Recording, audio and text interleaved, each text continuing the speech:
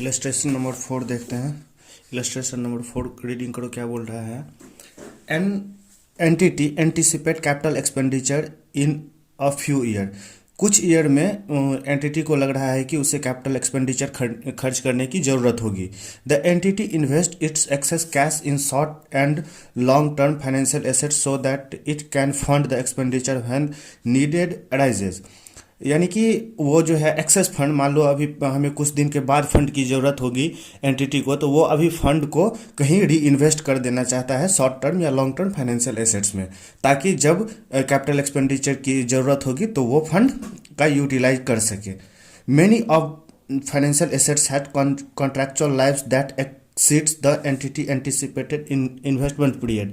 Suppose ये बोल रहा है कि यदि एंटिटी को मान लो फ्यू ईयर्स यानी कि 5 साल में, मान लेते हैं कि 5 साल में एंटिटी को फंड की ज़रूरत होगी कैपिटल एक्सपेंडिचर करने के लिए, लेकिन ये जो फाइनेंशियल एसेट्स है उसका मैच्योरिटी पीरियड मोर देन ये 5 ईयर्स से ज़्यादा है।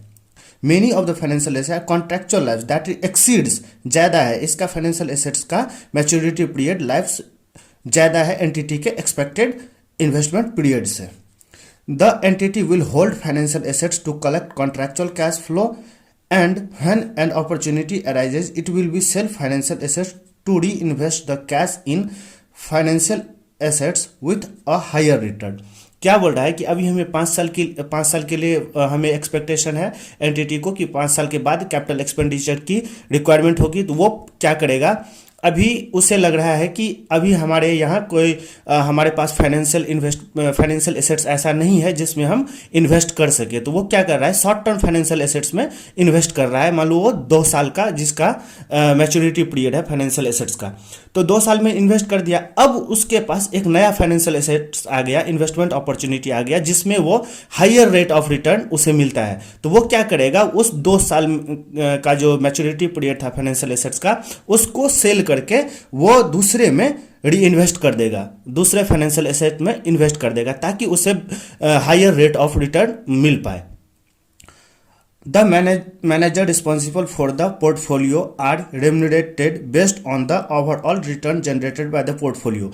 और वो जो फाइनेंशियल एसेट्स में इन्वेस्टमेंट होगा और इन्वेस्टमेंट पोर्टफोलियो होगा एंटिटी का, वो एक मैनेजर उसे मैनेज करेगा, पोर्टफोलियो मैनेजर उस पोर्टफोलियो को मैनेज करेगा, और उस पोर्टफोलियो मैनेजर का जो रेम्यूनरेशन होगा वो बेस्ड होगा on the return of that portfolio. जितना तो पोर्टफोलियो मैनेजर का इंटेंशन क्या होगा, वो क्या चाहेगा कि हम ज़्यादा से ज़्यादा इस पोर्टफोलियो पे रिटर्न जनरेट करके एंटिटी को दे, ताकि उससे ज़्यादा से ज़्यादा उसे रेम्यूनरेशन मिल पाए। तो वो क्या करेगा, वो हमेशा ये देखेगा कि बेहतर इन्वेस्टमेंट अपॉर्चुनिटी कहाँ है, ज़्यादा से ज़्यादा रिटर्न हमें कहाँ मिलेगा, वो उस फाइनेंशियल एसेट्स में एंटिटी के फंड को इन्वेस्ट करेगा। अब हमें बोल रहा है इवैल्यूएट द बिजनेस मॉडल। अब हमें बोल रहा है कि एंटिटी का बिजनेस मॉडल क्या है। एंटिटी का बिजनेस मॉडल देखो, हमें बोल दिया है कि entity hold financial assets to collect contractual cash flow and sales.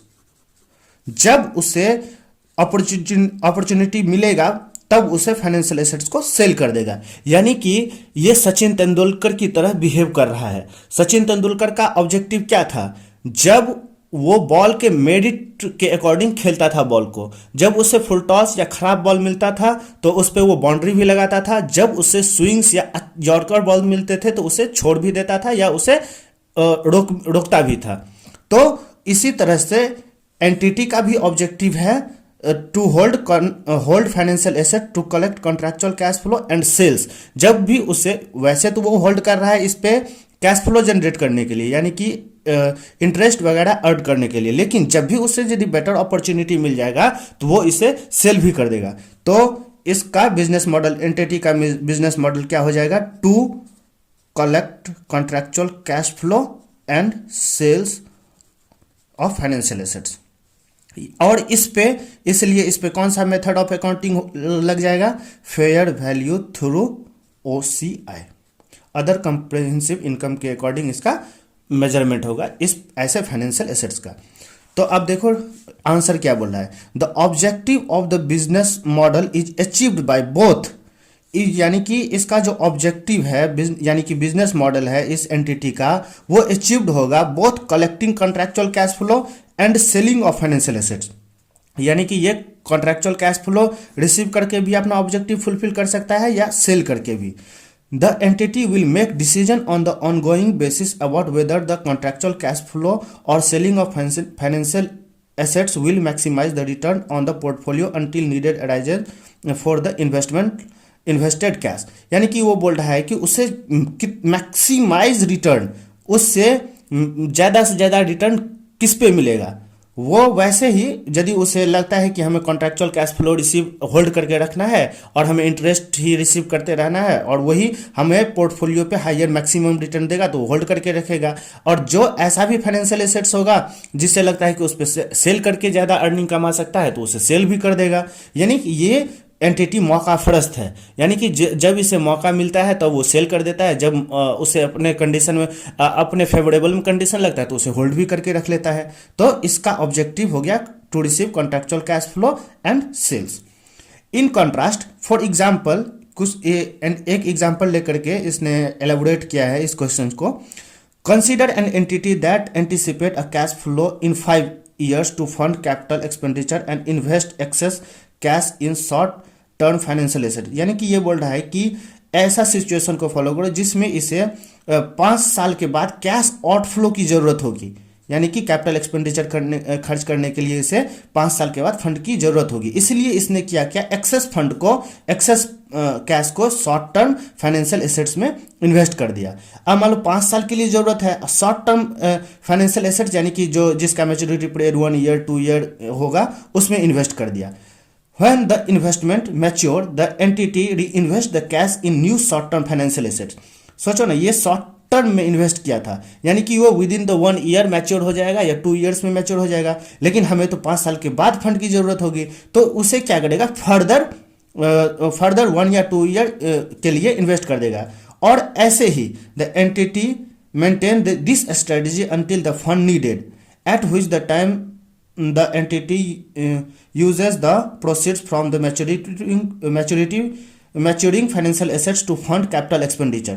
यानी कि ये स्ट्रेटजी जो है ये कंटिन्यू रखेगा, यानी कि शॉर्ट टर्म मैच्योर होगा उसे फिर से री इन्वेस्ट कर देगा। ऐसा तब तक करेगा जब तक कि 5 साल कंप्लीट ना हो जाए, यानी कि उसका नीड अराइजेज ना हो जाए, यानी कि कैपिटल एक्सपेंडिचर खर्च करने की उसे ज़रूरत ना हो जाए, तब तक वो री इन्वेस्ट करते जाएगा। Only sales that are insignificant, और उस केस में तभी वो सेल करता है जब उसका इनसिग्निफिकेंट यानी कि बहुत कम वैल्यू वो सेल करता है। बिफोर मैच्योरिटी, मैच्योरिटी से पहले वो बहुत ही इनसिग्निफिकेंट रेयर केस में, वो एक्सेप्शनल केस है, वो कर देगा उसका कोई, इसका मतलब उसका ऑब्जेक्टिव चेंज नहीं हो जाएगा क्योंकि ये इनसिग्निफिकेंट वैल्यू सेल कर रहा है। Unless there is increase in the credit risk, जब तक कि उसमें क्रेडिट रिस्क ज़्यादा हो जाएगा ऑब्वियसली वो बेचना ही पड़ेगा, उसमें वो होल्ड करके क्यों रखेगा, लॉस बियर क्यों करेगा, तो वो तो एक्सेप्शनल केस है, यानी कि वर्स्ट केस सिनेरियो में वो बेच सकता है। The objective of this contrasting business model is to hold, उसका ऑब्जेक्टिव क्या है, hold to collect contractual cash flow. इस केस में एंटिटी का ऑब्जेक्टिव क्या था, to hold financial assets to collect contractual cash flow.